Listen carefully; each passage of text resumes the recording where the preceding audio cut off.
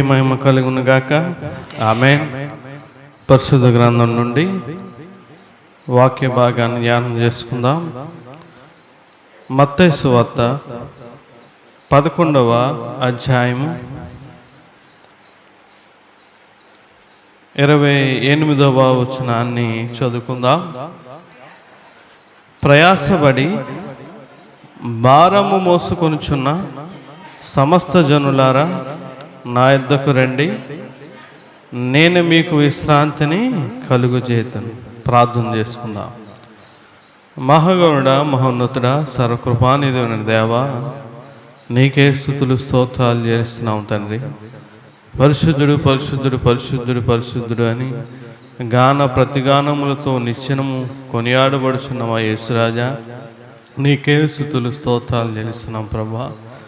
ఈ ఉదయకాలపు ఆరాధనలో మమ్మల్ని అందరినీ కూడా సజీవులుగా నిలబెట్టి నిన్ను స్తుతించడానికి, ఆరాధించడానికి ఏ యోగ్యత లేని మాకు ఇటు యోగ్యత అర్హత ఇచ్చినందుకు నీకే వందనాలు ప్రభా. పాటల్లో తోడుగున్నారు, వాక్య నడిపింపులో కూడా మీరే మాకు సహాయం చేయండి. మా ఆత్మీయమైన జీవితాలకు, మా బ్రతుకులకు అవసరమైన జీవాహారాన్ని పరిశుద్ధ గ్రంథం నుండి మాకు తెలియచేయండి. మేము ఆత్మీయంగా బలపడి విశ్వాసంలో ఎదిగి నీ పరిచయలో బహుబలంగా వాడుకునే పాత్రలుగా, సాధనాలుగా మమ్మల్ని ఉంచి సహాయం చేయమని వేడుకొంచి ఈ ఆరాధనని చేతులకు అప్పగిస్తూ నీకే మహిమాగంతా చెల్లులాగు నీ ఆరాధన జరిగించమని సహాయం చేయమని ఈ పాదాలు సన్నిధి చేర్చమని ప్రభు అయిన యేసుక్రీస్తు పరిశుద్ధమైన నామమును బట్టి మీకు కలిగినంతో అడిగి వేడుకొంచున్నాం తండ్రి. ఆమేన్. అందరికీ వందనాలండి. దేవుని మహాకృపను బట్టి దేవతి దేవుడు మరి ఒక పునరుద్ధాన దినాన్ని దేవునితో గడిపే ధన్యత, భాగ్యాన్ని మనకు అనుగ్రహించాడు. ఇక్కడ చదువుకున్న వాక్య భాగం చూస్తే మత్తయి సువార్త 11వ అధ్యాయము 28వ వచనాన్ని మనం చదువుకున్నాం. ఇక్కడ ఏమంటున్నాడంటే, యేసుక్రీస్తు ప్రభువారు ప్రయాసపడి భారము మోసుకొనుచున్న సమస్త జనులారా నా యొద్దకు రండి, నేను మీకు విశ్రాంతిని కలుగజేతును. మనం ఏం మోస్తున్నామంట చెప్పండి? భారం మోసే ప్రజలమంట. మనం ఏదో ఒక భారం మన మీద ఉంటూనే ఉంటుంది. పుట్టిన కాని నుంచి ఏదో ఒక భారం. పుట్టిన బిడ్డ ఎదగట్లేదనే భారం, ఎదిగిన కాని నుంచి సన్నంగా ఉంటే వీడు ఒళ్ళు రావట్లేదనే భారం, రకరకాల అక్కడి నుంచి చదువు అనే భారం, చదువు కాని నుంచి పని, ఉద్యోగం, ఒక కుటుంబం కట్టబడినప్పుడు కుటుంబ భారం. ఇలా మనం జీవితాల్లో చూసుకుంటే ఏదో ఒక భారాన్ని మనం ఏం చేస్తూ ఉంటాం? మోస్తూనే ఉంటాం. అందుకే అంటున్నాడు ఆయన, ప్రయాసపడి భారము మోసుకొనుచున్న సమస్త జనులారా అంటున్నాడు. భారం అండి. ఏ భారం మనం మోస్తున్నాం? మన ఆత్మీయమైన జీవితంలో నువ్వు ఎటువంటి భారం కలిగి ఉన్నావు? శరీరానుసారంగా ఎటువంటి భారం నువ్వు కలిగి జీవిస్తున్నావు అన్నది మనం ఒకసారి ఆలోచన చేసుకుందాం. ఒకసారి చూడండి, ఈ ఆదివారం అవగానే రేపు నుంచి మన పనుల భారాలే మనకు సరిపోతూ ఉంటాయి. ప్రార్థనకు రావడానికి కూడా సమయం సరిపోతలేదండి, టైం లేదండి అనేవారు కూడా లేకపోలేదు. కానీ మన ఆత్మీయమైన జీవితం అనేది చాలా ప్రాముఖ్యమైనది. బైబిల్లో కొన్ని భారాల గురించి దేవుడు రాశాడండి. చూస్తే రకరకాల భారాలు అయితే ఉన్నాయి. కానీ మొదటిగా మనం చూస్తే పాప భారం అనేది ఉన్నదంట. చూడండి, మనం చేసే పాపము చాలా భారంగా ఉంటుంది అని బైబిల్ లేఖనాలు సెలవిస్తూ ఉన్నాయి. మొదటిగా పాప భారం చూడండి, ఆదికాండం సొదొమ గొమొర్రా గురించి ఇక్కడ ఒక మాట చెప్తూ ఉంటాడు ఆయన.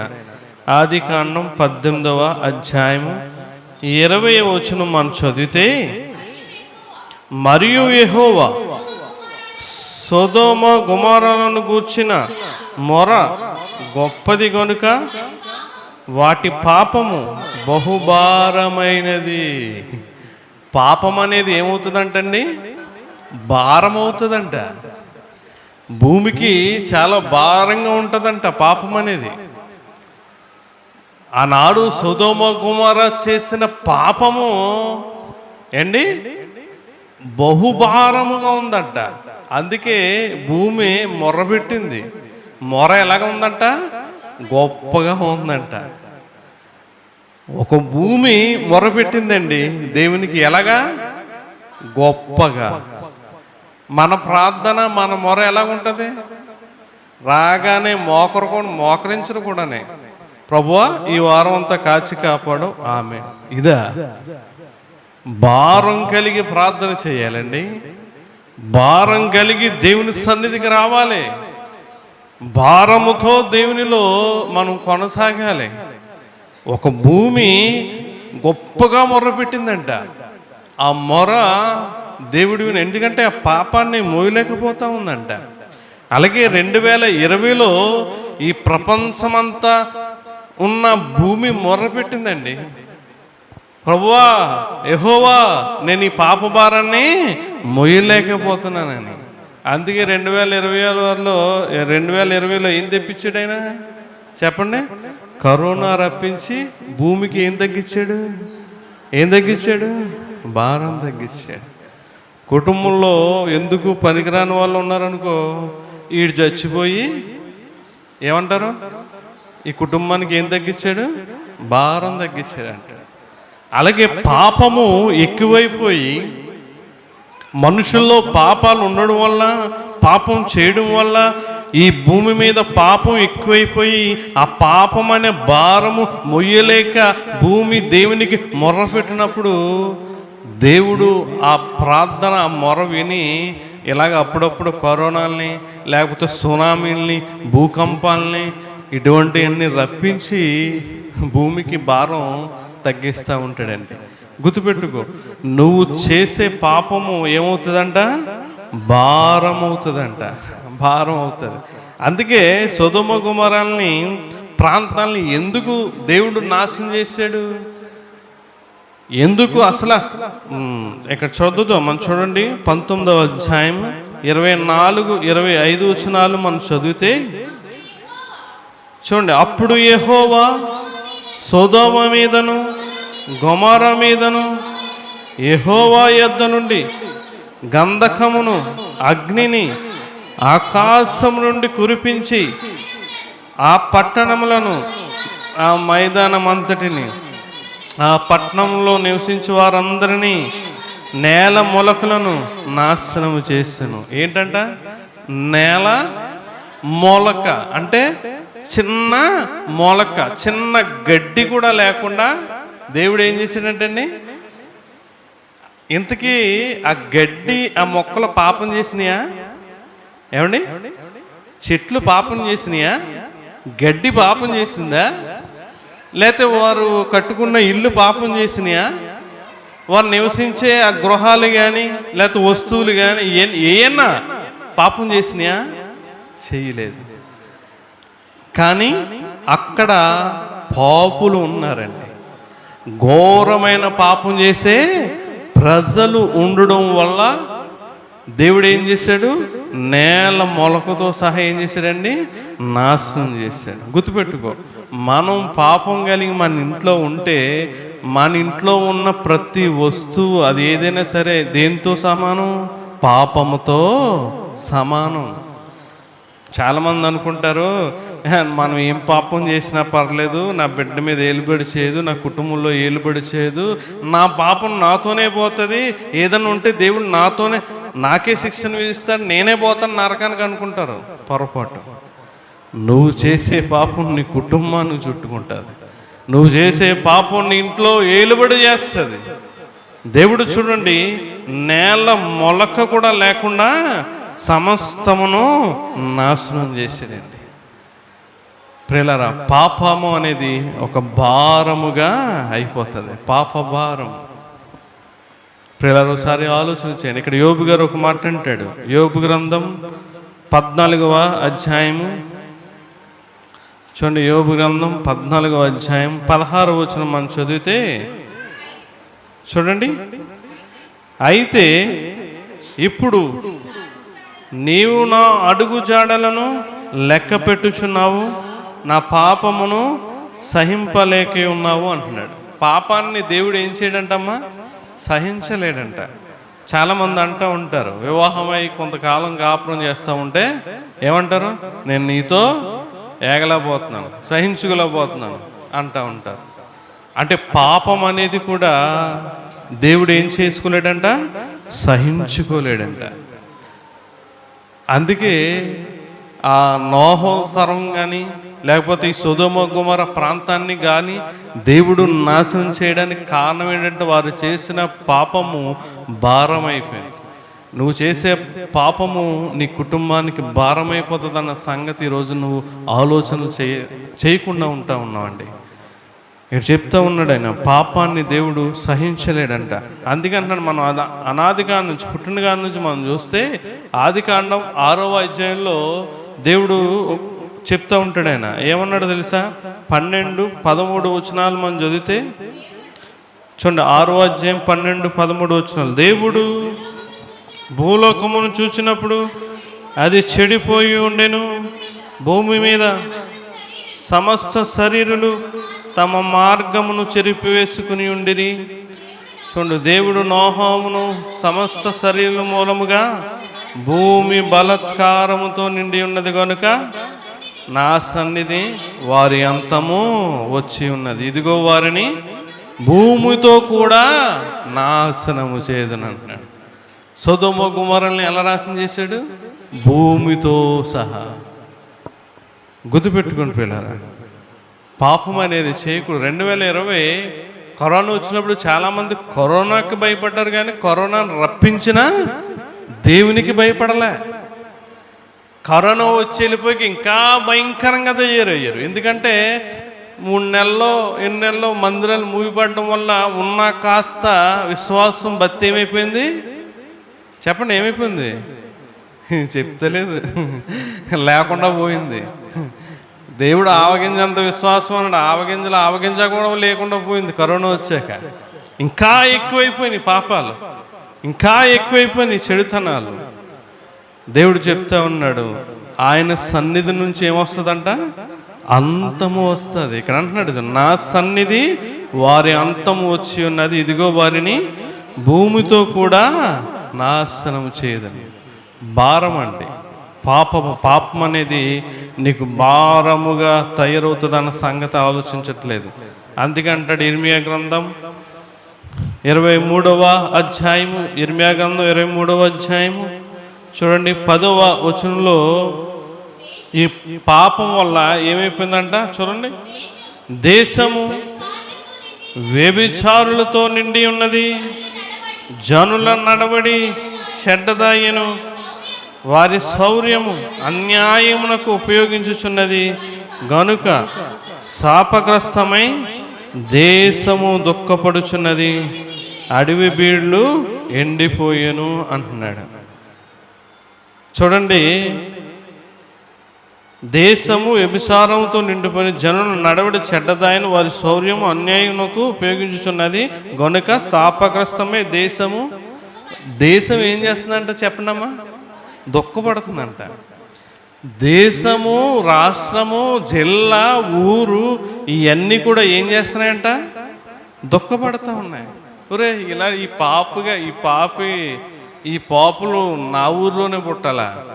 ఈ పాపం చేసేవారు నా జిల్లాలోనే పుట్టాలా? ఈ పాపం చేసేవాళ్ళు నా దేశంలోనే పుట్టాలా? ఈ పాపం చేసేవాళ్ళు నా రాష్ట్రంలోనే పుట్టాలా అని చెప్పి ఏం చేస్తున్నాయంట? దుఃఖపడతా ఉన్నాయంటే. చాలామంది దుఃఖపడరా? ఎందుకు కన్నానరా నిన్ను, ఎందుకు కన్నానరా అని చెప్పి దుఃఖపడరా? ఈరోజు ఏంటమ్మా? మదర్ డేస్ అంట, అంతనా? చెప్పండి, ఈరోజు ఏంటి? తల్లుల దినోత్సవం, మదర్ డే. నీ తల్లి నిన్ను ఎన్ని నెలల్లో భారం మోసింది చెప్పండి? 9 నెలల్లో నీ తల్లి భారం మోసింది. 9 నెలల్లో నీ భారాన్ని మోసి కన్నది. కనిన తర్వాత నుంచి 9వ నెల తర్వాత నుంచి నిన్ను ఒక ఇంటివారిగా చేసే వరకు, అది 25 అవ్వచ్చు, 30 అవ్వచ్చు, ఎన్ని సంవత్సరాలైనా తర్వాత భారం ఎవరు మోస్తారు? నీ తండ్రి మోసాడు. నీ తండ్రి మోసాడండి. ఎంతమంది గుర్తిస్తున్నారు? నన్ను నా తల్లి నవమాసాలు కన్నీ పెంచింది, నా తండ్రి నన్ను పోషించాడు, నా భారం అంతా ఈ స్థితి దాకా ఈ కుటుంబం కట్టే వరకు కూడా నా తండ్రే నా భారం అంతా మోసాడని ఎంతమంది గ్రహిస్తూ ఉన్నారండి? ఒక విషయాన్ని జ్ఞాపకం చేసుకున్నా, నీ తండ్రి నీ భారాన్నే మోస్తాడు, నీ తల్లి నిన్నే కంటది. కానీ మనందరి పాప భారాన్ని ఎవరు మోస్తారు? మన దేవుడైన యేసుక్రీస్తు ప్రభువారు మోస్తారు. దేవునికి మహిమ కలుగును గాక. ఆమేన్. మన దేవుడి కన్నా గొప్ప దేవుడు, మన తండ్రి కన్నా గొప్ప తండ్రి ఎక్కడా లేడండి. అది నీకు అర్థమైతే నువ్వు దేవుణ్ణి విడిచిపెట్టవు, దేవుణ్ణి వదిలిపెట్టవు, పాప భారాన్ని కలిగి ఉండుకో. రెండోదిగా మనం చూస్తే చూడండి, అపోస్తలుల కార్యాలు 20వ అధ్యాయం. ఇక్కడ రెండోదిగా నిద్ర అనే భారం అంట. ఐతుకు అనే వ్యక్తి ఏ భారం కలిగి ఉన్నాడు చూడండి. దేవుని సన్నిధికి వచ్చిన వారు ఏ భారం కలిగి ఉండాలి? ప్రార్థన అనే భారం కలిగి ఉండాలి, పరిచర్య అనే భారం కలిగి ఉండాలి, ఆత్మలనే భారం కలిగి ఉండాలి. ఏం లేదు, ఈ వచ్చిన వాడు ఏం చేస్తున్నాడు చూడండి, ఏ భారం కలిగి ఉన్నాడు? ఒక పరిచర్య అనే భారం కానీ ఏది లేదు. ఏం చేస్తున్నాడు చూడండి. అపోస్తలుల కార్యాలు 20వ అధ్యాయం 9వ వచనం మనం చదివితే, 7 నుంచి చదువుదామా. 7 నుంచి చదివితే, ఆదివారం మేము రొట్టె విరుచుటకు కూడినప్పుడు పౌలు మరునాడు వెళ్ళనయ్యుండి వారితో ప్రసంగించుచు అర్ధరాత్రి వరకు విస్తరించి మాట్లాడుచుండెను. చూడండి, మేము కూడి ఉన్న మేడగదిలో అనేక దీపములుండెను.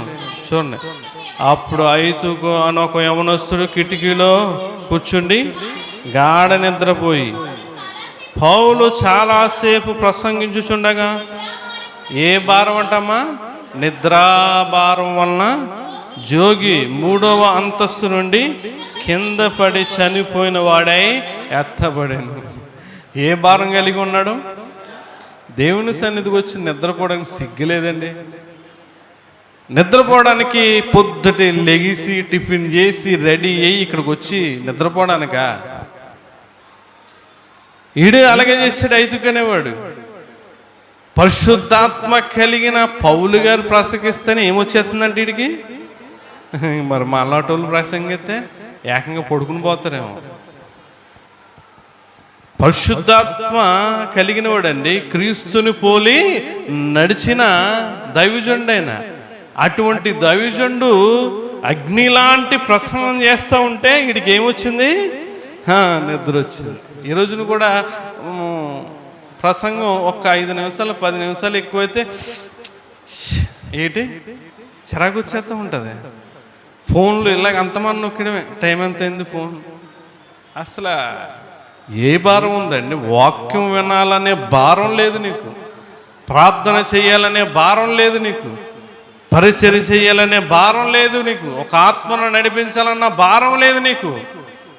వాళ్ళని చూడడం, వీళ్ళని చూడడం, ఫోన్ నొక్కుకోవడం, ఎవడు చేశాడా, ఎవడు మెసేజ్ చేశాడా, లేకపోతే వెళ్తే ఏ కూరట్టుకు వెళ్దాం, ఇటువంటి భారాలు తప్ప నువ్వు దేవునిలో భారం లేకుండా నీ భారాన్ని దేవుడు ఎలా చేస్తాడమ్మా? ఏమన్నాడు? మన ఏది విత్తితే నువ్వు దేవుని భారం మోయాలి ముందు, తర్వాత నీ భారాన్ని దేవుడు మోస్తాడు. అంతే తప్ప ఊరికనే చేయడు. ఇక్కడ చూడండి, ఐతుకు ఏం చేస్తున్నాడంట? మళ్ళీ ఎక్కడ కూర్చున్నాడు? కిటికీలో కూర్చున్నాడంట. ఈ కుర్చీలు లేవా, బల్లలు లేవా, లేదా బరకం లేదా, ప్లేస్ లేదా? ఎక్కడ కూర్చున్నాడు? ఈరోజు ఇటువంటి వారు లేరా? కాంపౌండ్ మీద కూర్చుంటారు, పెట్టగోడల మీద కూర్చుంటారు, లేకపోతే ఎక్కడో కూర్చుంటూ ఉంటారు, గుమ్మాల మీద కూర్చుంటూ ఉంటారు. మనం ఒకసారి ఎక్కడికో వెళ్తే ఒక ఆవిడ గుమ్మం దగ్గరే కూర్చుంది ఉపవాస ప్రార్థనలో. వెళ్తా ఉంటే ఇలా పక్కన జరగదే. ఆవిడ ప్లేస్ ఏంటంట చెప్పండి? గుమ్మం అంట. పాస్టర్ గారు కూడా ఏమంటలేదు. మా ఊడు కొంచెం లావుగా ఉంటాడు, పేట ఇంతకు వస్తాడు కదా, గుద్దుకుంటూ పోయాడు. ఏం చేస్తాడు మరి తప్పుకున్నప్పుడు? ఎక్కడ కూర్చోలో ఎలా కూర్చోలో కూడా దేవుని సన్నిధిలో తెలియట్లే. నిద్రాభారం ఏంటండి? దేవుని సన్నిధికి వచ్చి దేవుడు నీతో వాక్యరూపిగా రోషముతో మాట్లాడుతున్నాడు. అగ్ని వంటి మాటలయ్యి, నిన్ను కాల్చేస్తే అసలు కూర్చోనేవు. నువ్వు సరిగ్గా శ్రద్ధగా వింటే ఈ మాటలు నేను కూర్చోనేవో, కాల్చేస్తా ఉంటే. ఎందుకంటే నా మాట అగ్ని వంటిది అంటాడు, బండను బద్దలు చేయు సుత్తి వంటిది అంటాడు. శిష్యులు కూడా ఏ భారం కలిగి ఉన్నారు చూసారా? చూడండి, మత్తయి సువార్త 26వ అధ్యాయము. మత్తయి సువార్త చూడండి, యేసుక్రీస్తు ప్రభువారేమో సువార్త అనే భారం కలిగి ఉంటే వీరే భారం కలిగి ఉన్నారు. 26:43 చదువుదాం. చూడండి, తిరిగి వచ్చి వారు మరలా నిద్రించుట చూచెను. ఏలయనగా వారు కన్నులు భారముగా ఉండెను. ఎలా ఏ భారం కలిగి ఉన్నారండి? ఎలా శిష్యులండి. యేసుక్రీస్తు ప్రభువారు ఏమో ప్రార్థన చేస్తూ ఉంటారే, ఆయన తెల్లార్లు గంటల తరబడి ప్రార్థన చేస్తూ ఉన్నాడు. ఆయనతో ఉంటున్నాం ఒక 10 నిమిషాలు, ఒక అరగంట అన్న ప్రార్థన చేసుకుందాం, పోనీ గంట అయినా చేసుకోకపోతే ఎంతో కొంత ప్రార్థన చేసుకుందాం అన్న ఆలోచన లేదు. పేతురు మొదలు అందరూ కూడా ఏం చేస్తున్నారు? నిద్ర భారము కలిగి ఉన్నారంట. నిద్ర అనేది దరిద్రం అండి.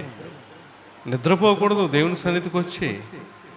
చాలామంది చూస్తూ ఉంటాం, సభలకు వస్తారు, అక్కడికి వస్తారు, నిద్రపోతూ ఉంటారు. ఎందుకు వస్తారో ఏంటో నాకు వైనం లేదు. దేవుని వాక్యం మనం శ్రద్ధగా వినాలి. దేవుడు నీతో మాట్లాడుతున్నప్పుడు నువ్వు సూటిగా వింటే ఆ వాక్యం నీలోనికి వెళ్ళిపోతుంది. చూడండి, మార్కు సువార్త 14:40 కూడా ఈ మాట చెప్తాడు ఆయన. 14వ అధ్యాయం మార్కు సువార్త చూడండి. ఆయన తిరిగి వచ్చి చూడగా వారు నిద్రించుచుండిరి, ఏలయనగా వారి కన్నులు భారముగా ఉండెను. ఆయనకేమి ఉత్తరం ఇవ్వాలనో, నువ్వు నిద్రపోతూ ఉంటే ఏం చేస్తావు? నిద్రపోతూ ఉంటే ఒకసారి మేము కూడా స్కూల్లో నిద్రపోయేవాళ్ళు. మధ్యాహ్నం భోజనం చేసి నిద్ర వచ్చేసేది. ఒకసారి కరెక్ట్గా చూసి ఎవరు నిద్రపోతారో వాళ్ళనే ఆ డస్ట్లో లేకపోతే షాక్ పీస్ వేసి అడిగేవారు. మా దాంట్లో ఎవరు చదువుడు ఉండేవాడు కాబట్టి వెంటనే చెప్పేసేవాళ్ళు. స్కూల్కి వెళ్ళి నిద్రపోతే పాఠాలు ఏమొస్తాయి? పనికి వెళ్ళి నిద్రపోతావా? కాలేజీకి వెళ్ళి నిద్రపోతావా? డ్యూటీకి వెళ్ళి నిద్రపోతావా? లేదు కదా. మరి దేవుని ఆ పని, ఆ ఉద్యోగం, ఆ డ్యూటీ, ఆ చదువు ఇవన్నీ ఇచ్చిన దేవుని దగ్గరికి వచ్చి నువ్వు నిద్రపోతే అంతకన్నా దౌర్భాగ్యం ఏముంది? గుర్తుపెట్టుకో, ఏదైనా దేవుడు ఇవ్వాల్సిందే. మనం ఎలా ఉండాలంటే మెలకుగా ఉండాలి. చూడండి, 1 తెస్సలోనిక పత్రిక 5వ అధ్యాయం. 1 తెస్సలోనిక పత్రిక 5వ అధ్యాయం 6వ వచనంలో ఏమంటున్నాడో తెలుసా పౌలు గారు? కావున ఇతరు వలె నిద్రపోక మెలకుగా ఉండి మత్తులు కాక యుందుము, దేవునికి మహిమ కలుగును గాక. ఆమేన్. నిద్ర భారం కాదు, మెలుకు అనే భారం మనం కలిగి ఉండాలండి. నిద్రాభారం కలిగి అక్కడ మనకు తెలుసు కదా, ఐతుకు అనేవాడు ఏమయ్యాడు? కింద పడి చనిపోయాడు. ఆడ అదృష్టం ఏంటంటే, ఐతుకు అనే మాటకి అర్థం ఏంటంటే అదృష్టవంతుడు అని అర్థం. నిజమే, ఆడు చాలా అదృష్టవంతుడండి. ఆడు ఆ ఆదివారం అక్కడ కిటికీలో కూర్చుని ఆ రోజు అక్కడ పడిపోయాడు. ఆడ అదృష్టం ఏంటంటే పౌలు గారు అక్కడ ఉన్నారు. పౌలు అనే దైవజనుడు అక్కడ ఉన్నాడు కనుక గబగబా కిందకి వెళ్ళి ప్రార్థన చేసి అతన్ని బ్రతికించి మరలా తీసుకుని వచ్చారండి దేవుని సన్నిధికి. ఒకవేళ ఆ వారం కనుక, ఆ ఆదివారం కనుక పౌలు గారు లేకపోతే ఏమయ్యాను? అక్కడి నుంచి అక్కడికి నుంచి ఏమయ్యాను? సమాధుల దగ్గర తీసుకుపోను. గుర్తుపెట్టుకు, అన్నిసార్లు అదృష్టం అనేది కలిసి రాదు. నువ్వు చాలా లక్కీరే అక్కీరే అంటారు, అదేంగా ఉండదండి. దేవుణ్ణి కలిగిన ప్రతి ఒక్కడు కూడా అదృష్టవంతుడే. దేవునికి మహిమ కలుగును గాక. మనం దేవుని కలిగి ఉండాలండి. ఇతరుల వలె మనం ఏం చేయకూడదండి. ఏమన్నాడు ఇక్కడ? నిద్రపోక మెలుకుగా ఉండి మత్తులు కాక యుందుము అంటున్నాడు. సంసోను ఇటువంటి బలవంతుడండి చెప్పండి. 1000 మందిని దవడ ఎముకతో చంపేసిన వాడు, సింహాన్ని చీల్చేసిన వాడు. అటువంటి వ్యక్తి ఎక్కడ పడుకున్నాడు? దెలీలా తొడ మీద నిద్రపోయాడండి. ఒక ఆడదాని తొడ మీద నిద్రపోయి తన బలమునంతా ఏమైంది? కోల్పోయాడు. న్యాయాధిపతులు 16వ అధ్యాయం 19-20 వచనాల్లో ఉంటుంది. ఆమె లాలించి అలా చేసి ఇలా చేసి నీ బలం ఎక్కడున్నదో చెప్పు సంసోను, లేకపోతే నీకు నాకు కటిఫ్, నీకు నాకు సంబంధం లేదు, అలాగే ఇలాగని చెప్పి బ్లాక్మెయిల్ చేసింది. చేస్తే ఉన్నది అంతా చెప్పేసి అంతే జాగా నిద్రపుచ్చి ఏంటి శత్రు దేశంలోకి వెళ్ళాడు. శత్రు ఇంట్లో ఉండి ఎలా నిద్ర పట్టిందండి సంసోనికి? చాలామందికి అలాగే నిద్రపోద్ది. ఎన్ని సమస్యలు ఉన్నా, ఎన్ని ఇబ్బందులు ఉన్నా, ఇంట్లో ఎన్ని కష్టాలు ఉన్నా వీళ్ళే చక్కగా వండుకుని చక్కగా నిద్రపోతూ ఉంటారు. ఒక శత్రు దేశంలో ఉన్నాడు, ఒక శత్రువు ఇంటిలో ఉండి చక్కగా నిద్రపోతున్నాడు. ఏమయ్యాడు? తన జీవితాన్నే నాశనం చేసుకున్నాడు. వెంటనే గురికేసిందామే, మనకు తెలుసు కదా. గురకగానే వెంటనే బంటోతులు సైనికులు వచ్చారు, పట్టుకున్నారు, 2 కళ్ళు ఊడదీసేసారు. అక్కడతో తన జీవితం ఏమైపోయింది? Chapter close. ఎందువల్ల చెప్పండి? ఎందువల్ల అమ్మా? నిద్ర అనే భారం కలిగి ఉండడం వల్ల. పాస్టర్ గారు నిద్ర వద్దన్నాడని చెప్పి నైట్లు పడుకోకుండా ఉండకుండా అమ్మా, పడుకోవాలి. నిద్ర అంటే ఏంటి? దీని అర్థం ఏంటంటే ఆత్మీయమైన నిద్ర. ఆత్మీయత జీవితంలో నిద్రపోకూడదు, మెలకుగా ఉండాలని అర్థం. మనం పాపం అనే భారం కాదండి, నిద్ర అనే భారం కాదు. ఏ భారం కలిగి ఉండాలంటే సువార్త అనే భారం కలిగి ఉండాలి. చూడండి, మొదటి కొరింథీ పత్రిక, సువార్త అనే భారం మనం కలిగి ఉండాలి. చూడండి, చివరిగా చదువు ముగించుకుందాం. మొదటి కొరింథీ పత్రిక 9వ అధ్యాయం 16వ వచనం మనం చదివితే, నేను సువార్తను ప్రకటించుచున్నాను, నాకు అతిశయ కారణము లేదు. సువార్తను ప్రకటించవలసిన భారము నా మీద మోపబడి ఉన్నది. అయ్యో, నేను సువార్తను ప్రకటింపకపోని ఎడల నాకు శ్రమ. దేవునికి మహిమ కలుగునుగాక. ఇప్పుడు చెప్పండి, ఏ భారం కలిగి ఉండాలి మనం? అమ్మా, సువార్త అనే భారము మనం కలిగి ఉండాలి. చెప్పు, ఆత్మీయ జీవితంలో ఏం భారం కలిగి ఉన్నావు నువ్వు? అమ్మా చెప్పండి, ఏం భారం కలిగి ఉన్నారు? ఇక్కడ పౌలు అనే దైవజనుడు చెప్తా ఉన్నాడు, నేను సువార్తను ప్రకటించుచున్నాను, నాకు అతిశయ కారణము లేదు. సువార్తను ప్రకటించవలసిన భారము నా మీద మోపబడి. ఇప్పుడు నీ మీద ఉందా లేదా చెప్పండి? అమ్మ ఉందా? ఉందా. మరి ఏం ప్రకటిస్తున్నావు? మరి ఏ భారం కలిగి ఉన్నావు నువ్వు?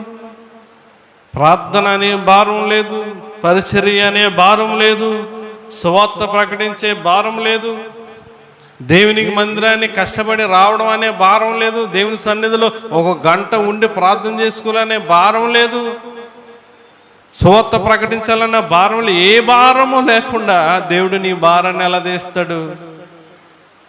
ఇంకా అదే మనకి ప్రయాసపడి భారం మోసుకొని దేవుడు రమ్మన్నాడు, నా భారాన్ని తీర్చేస్తాడు.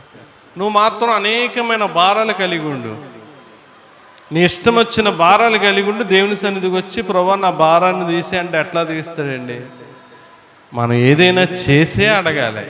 దేవుడు చేసే చెప్పాడు. ఆయన్ని నమ్ముకుంటున్న మనము కూడా చేసే అడగాలి, చేసే చెప్పాలి. నువ్వు సువార్త అనే భారము నువ్వు కలిగి ఉండాలి, నీ మీద మోపబడి ఉంది.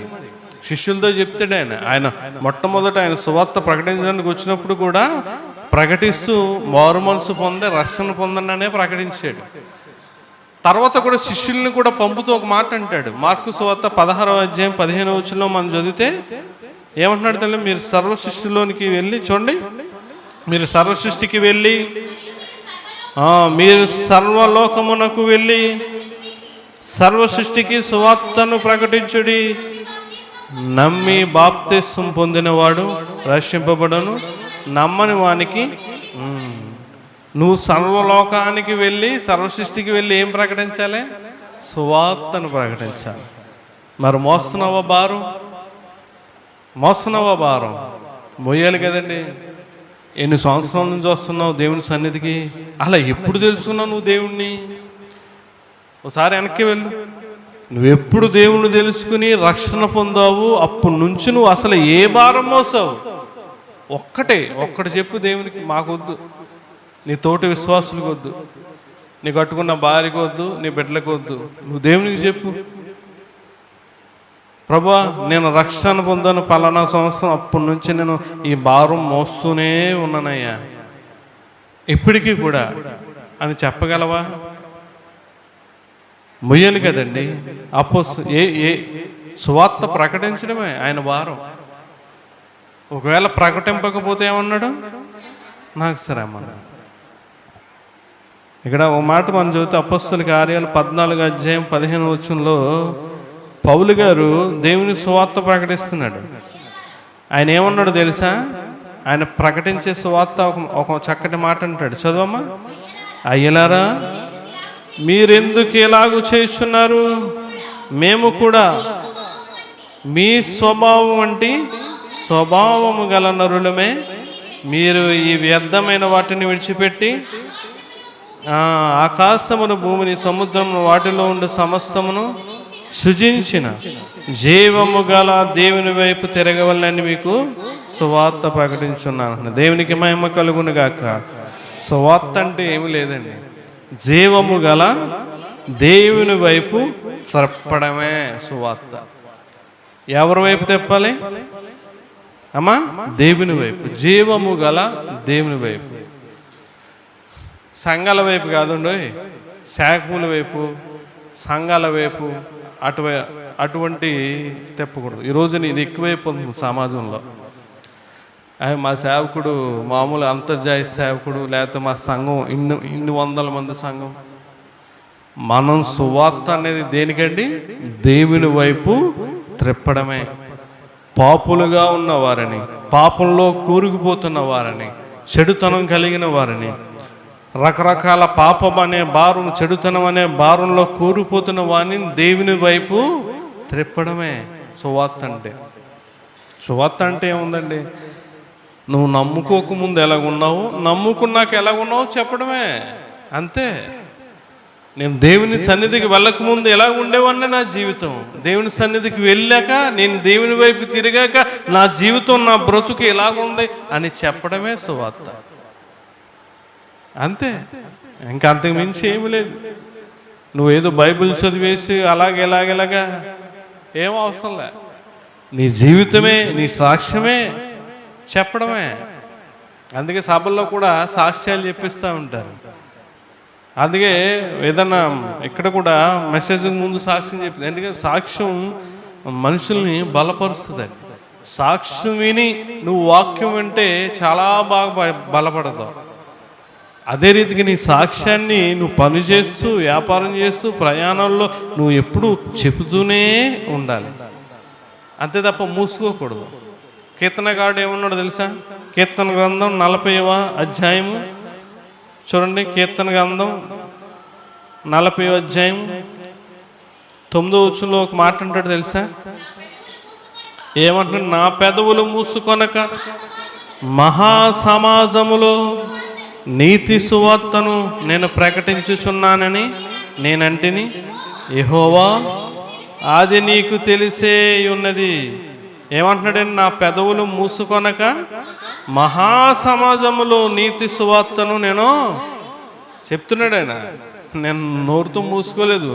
నేను రాజు అయినా సరే నా దగ్గరికి ఎవరన్నా ప్రజలు వస్తే, తీర్పు తెచ్చుమని వస్తే, దేవుడు మనకేం చెప్పాడయ్యా బైబిల్లో అని చెప్పి వాక్యంతోనే మాట్లాడేవాడంట దావీదు గారు. ప్రేమించమన్నాడు కదా, ఇలాగా మరి దెబ్బలాడుకోవడం ఏంటి? ఇలాగ న్యాయం అంతా కూడా వాక్యంతోనే ఆయన తీర్పు తీర్చేవాడంట. ఒకవేళ ఆదివారం అయితే ఎవరన్నా వస్తే ఆ తీర్పు తీర్చాక వాటిని కూడా తీసుకుని వారితో పాటు దేవుని సన్నిధికి వెళ్ళిపోయేవాడంట. ఆయనే స్వయంగా చెప్తా ఉన్నాడు, నా పెదవులు నేను మూసుకోలేదండి. 10వ వచనం చదివితే, నీ నీతిని నా హృదయంలో నుంచుకొని నేను ఊరకుండలేదు. నీతి అంటే సువార్త, వాక్యం. నీకు తెలపబడిన, నువ్వు తెలుసుకున్న వాక్యం నీలో ఉంటే నువ్వు ఊరుకోవండి, ఊరుకో. ఏమంటున్నాడు? నేను ఊరకుండలేదు, నీ సత్యమును నీ రక్షణ నేను వెల్లడి చేసి ఉన్నాను. దైవజనులు ఇక్కడ లోదరన్ సన్నిధిలో ఉన్నప్పుడు, మందిరంలో ఉన్నప్పుడు వినేవారు వాక్యం, కానీ అక్కడ ఊరుకునే ఉండేవారు. వాక్యాలు వినేవారు, ఊరుకునే ఉండేవారు. ఎప్పుడైతే తేకి వెళ్ళి ఆ దైవజనుడి ద్వారా రక్షణ పొందారో, ఆ నీతి సువార్తను, ఆ రక్షణ సువార్తను వారు ఎప్పుడైతే వారి హృదయంలోకి వచ్చిందో అక్కడి నుంచి ఏం చేయలేదైనా ఊరుకోలేదు. అమ్మగారు మెట్ట మీద కానీ ఎక్కడ పడితే అక్కడికి వెళ్తామే ప్రతిరోజు కూడా. చైతన్య నగర్ వెళ్ళేవారు. లేకపోతే మొట్టమొదటి సేవ ప్రారంభించినప్పుడు బుల్లంకులో రోడ్డు పక్కన ఉంటుంది, హైవే పక్కన చర్చి, అది అయ్యగారు చూసేవారు. ఎందుకంటే నేను సీని గారు మేమందరం కూడా ఒక సైకిల్ మీద కాంగో, సైకిల్ మీద ఇవన్నీ పట్టుకుని కోటాలు తెగ జరిపోయి అక్కడ పొస్టు ఇక్కడ మార్చెల్లో మందిరం ప్రారంభించి వాళ్ళు పద్ధతి నచ్చక మానేశారు. దాని తర్వాత బుల్లంకులో ఆ మందిరాన్ని చూసి రోడ్డు పక్కనే ఉంటుంది ఆంజనేయ స్వామి బొమ్మ ఎదురుగా ఆపోజిట్. అక్కడ కూడా మా ఇష్ట ప్రకారంగా ఉండాలి, మా సంస్థలో ఉండాలంటే మానేశారు. దాని తర్వాత వెంకీపేట, దాని తర్వాత పుట్లంక, ఒక చోట కాదండి. ఈ రోజున మరి అక్కడ కూడా సన్నిధి ఉండాలి, మందిరం ఉండాలి పుట్లంకులు. అప్పుడు ఎస్సీకిని ఏదో అమ్మాయి విషయంలో గొడవ అయ్యి అప్పుడు ఒక కర్ఫ్యూ విధించేశారు. 144 సెక్షన్ పెట్టడం వల్ల. లేకపోతే అక్కడ సాక్ష్యం కూడా చెప్పారు కదా, ఇక్కడికి వచ్చేసారి గుర్తుందో లేదో, క్యాన్సర్ నుండి బతికిన ఒక వ్యక్తి, మణికంఠ అనే వ్యక్తి, మన క్రిస్మస్లో బూర్లు కూడా పంచిపెట్టింది ఆమె సాక్ష్యం చెప్పి. చాలా చోట్ల తిరుగుతూనే ఉన్నారండి, ఇప్పుడు కూడా తిరుగుతూనే ఉన్నారండి. ఊరకుండా నిజమైన వాక్యం నీలో ఉంటే అది నిన్ను ఊరుకునేవదు. ఒక భార్యలు ఉంటారు, ఏదన్నా కొనిదాకా చెప్పండి ఊరుకుంటారా? ఉప్పులో ఉప్పు ఎక్కువైపోద్ది, కారం ఎక్కువైపోద్ది, లేకపోతే వడ్డించినప్పుడు ఇలాగే వేస్తారు. చూస్తూ ఉంటాం కదా. నేను ఈ మధ్యన ఈ ఇన్స్టాగ్రామ్లో చూస్తూ ఉంటే ఏ దొరుకుతూ ఉన్నాయి. కొన్నటప్పుడు ఒకలా కొట్టేస్తుంది, అడిగిందల్లా కొన్నటప్పుడు ప్రేమగా, అడిగింది కొనలేదనుకో ఇలాగ ఇసిరేస్తుంది. పాపం తుడుచుకుంది అంటున్నాడు. ఎవరు భర్తలో. ఈ రోజున వాక్యం అనేది నీలో ఉంటే, నీతి సువార్త అనే వాక్యం నీలో ఉంటే నిన్ను ఊరుకునేవదండి. వెళ్ళు, అడిగెళ్ళు, ఆ వ్యక్తి ప్రకటించు, ఇటుకి వెళ్ళు, ఇతను ప్రకటించు, నీ స్నేహితురాలను మార్చుకో, నీ స్నేహితులను మార్చుకో, నీ బంధువులను మార్చుకో, నీ ఇరుగు పొరుగు వారిని మార్చు అని చెప్పి నువ్వు నడిచే వరకు కూడా నేను తరిమేస్తుందండి. ఎందుకంటే ఆయన మాట అగ్ని వంటిది, కాల్చేస్తుంది లోపల, నిన్ను మండించేస్తుందండి, మండించేస్తుంది. అలాగ అన్ని చోట్లకి తిరిగారండి. అన్ని చోట్ల కూడా ఎవరు కూడా వాక్యానికి నిలబడలేక, లేకపోతే పొస్టు ఇక్కడ భాస్కర్ నగరు, పుట్లంక, బుర్లంక, వెంకయ్యమ్మపేట ఇవన్నీ కూడా తిరిగారు పిల్లలు. ఊరుకోలేదండి, తిరుగుతూనే ఇప్పుడు కూడా తిరుగుతూనే ఉన్నారు. చివరిగా ఒక మాట చదువు ముగించుకుందాం. 1 కొరింథీ పత్రిక చూడండి. 1 కొరింథీ పత్రిక పౌలు గారు ఒక చక్కటి మాట అంటాడు. 1 కొరింథీ పత్రిక 4వ అధ్యాయం చూడండి. 1 కొరింథీ పత్రిక 4వ అధ్యాయం 15-16 వచనాలు చదువుదాం. క్రీస్తునందు మీకు ఉపదేశకులు 10,000 మంది ఉన్నను తండ్రులు అనేకులు లేరు. చూడండి, క్రీస్తు యేసునందు సువార్త ద్వారా నేను మిమ్మును కంటిని గనుక మీరు నన్ను పోలి నడుచుకుని వారై ఉండవలనని మిమ్మును బతిమాలు కొనుచున్నాను. దేవునికి మహిమ కలుగును గాక. పౌలు గారు ఏం చేశారంటండి? కన్నడంట. ఆత్మీయమైన బిడ్డలను ఆయన కన్నడండి. అనేకమైన సంఘాలని స్థాపించి, పత్రికలన్నీ కూడా సంఘాలే, ఈ సంఘాలని స్థాపించి అనేక మందిని కన్నాడు. ఆయన అంటున్నాడు, ఆయన క్రీస్తు యేసునందు సువార్త ద్వారా, క్రీస్తు యేసునందు సువార్త ద్వారా కనాలి. ఈరోజు మన దైవజనులు మేమందరినీ కూడా ఏం చేశారు చెప్పండి? కన్నారు. మీరందరూ కూడా వాళ్ళకేంటి? ఆత్మీయమైన బిడ్డలు. శరీరమైన బిడ్డలు మేము, ఆత్మీయమైన బిడ్డలు మీరందరూ. మరి మీరు చెప్పండి, మీరు కంటే ఏంటి మాట్లాడరేటి? మీరికంటే ఇక్కడ ఎంతమంది ఉంటారు? మీకు రెండంతలు ఉంటారు ఇక్కడ. ఈరోజు నువ్వు కనట్లే, ఈయనే గొర్రెగా లేవు, ఈయనే గొర్రెగా లేవు. చూడండి, ఏదన్నా బర్త్డే కానీ ఒక వివాహం కానీ ఏదైనా జరిగినప్పుడు ఆస్వాదించమని ఎవరిని అంటారు చెప్పండి? పిల్లలు ఉన్నవారినా లేనివారినా? పిల్లలు ఉన్నవారిని రండి మీరు ముందు దీవించండి, ఆస్వాదించండి. పిల్లలు లేని వారిని రానివ్వరు, ఎదురుపడినెవరు కూడా. అలాగే నువ్వు ఆత్మీయంగా కూడా నువ్వేం పొందాలి? బిడ్డల్ని కనాలి. ఆత్మీయమైన బిడ్డల్ని ఆత్మల్లో నువ్వు కనాలి. కంటేనే నువ్వు, లేకపోతే గుడ్రాలులాగా ఉండిపోతావు. ఇక్కడ చాలా చక్కగా చెప్పాడు ఆయన, క్రీస్తు యేసునందు సువార్త ద్వారా నేను మిమ్మల్ని కంటిని గనుక మీరు నన్ను పోలి నడుచుకునే వారై ఉండవలనని నేను ఎలాగైతే కన్నానో మీరు కూడా బిడ్డల్ని కనండి, సువార్త ప్రకటించండి, సువార్త అనే భారం కలిగి ఉండండి, ఒక్కొక్క ఆత్మను నడిపించండి, ఒక్కొక్క బిడ్డల్ని కనండి అని పౌలు గారు ఆనాడు కొరింథీ సంఘంతో చెప్తా ఉన్నాడు. పిల్లరా, ఈరోజు కూడా దేవుడు చెప్తా ఉన్నాడు నీతో నాతో మనందరితో, సువార్త అనే భారం మనం కలిగి ఉండి మనము కూడా బిడ్డలను కందాం. అనేక మందిని ఈ రక్షణ మార్గంలోకి దేవుని వైపు దింపుతాం, సంఘం వైపు కాదండి, సేవకుల వైపు, సంఘం వైపు కాదు. మన సువార్త ఎవరిది? దేవునిది. దేవుని వైపు దింపుదాం, దేవుని యొద్దకు నడిపిద్దాం. అట్టి కృప మనందరం కలిగి ఉందాం. దేవుడి ఈ మాటలు మనందరి వీడికిలో దీవించి ఆస్వాదించును గాక. ఆమేన్. ప్రార్థన చేసుకుందాం. విన్న వర్తమానాన్ని బట్టి ప్రియులారా, ఒక నిమిషం దేవుని అడగండి. నువ్వు ఏ భారం కలిగి ఉన్నావు? శరీరానుసారంగా అనేకమైన భారాలు కలిగి ఉన్నావు. ఈ రోజున అనేకమైన భారాలు కలిగి ఉన్నావు. అయ్యో, నా కూతురు పెంచాలి, వివాహం చెయ్యాలి, నా కొడుకుని చదివించాలి అని చెప్పి ఎక్కడికెక్కడికో పనులకు పోతున్నావు, డ్యూటీలకు పోతున్నావు. లేకపోతే ఏయో భారాలు కలిగి ఉన్నావు. ఈ రోజున కుటుంబం అనే భారం, అధికారం అనే భారం, రకరకాల భారాలు మనం మోస్తూనే ఉన్నాం. ఎందుకంటే మనం ప్రయాసపడి భారం మోసుకొని సమస్తమైన జనులు మనం ఏదో ఒక భారాన్ని మోస్తూనే ఉండాలి. కానీ అన్నీ కూడా నీ భారాలు మోసుకుంటున్నావా? దేవుని భారం కూడా మోస్తున్నావా? దేవుని భారం మోయాలి కదా, నువ్వు దేవుని భారం మోయాలి కదా. మోయకపోతే నీ భారాన్ని దేవుడు ఎలా మోస్తాడు? పాపం అనేది భారం కింద మారిపోతుందండి.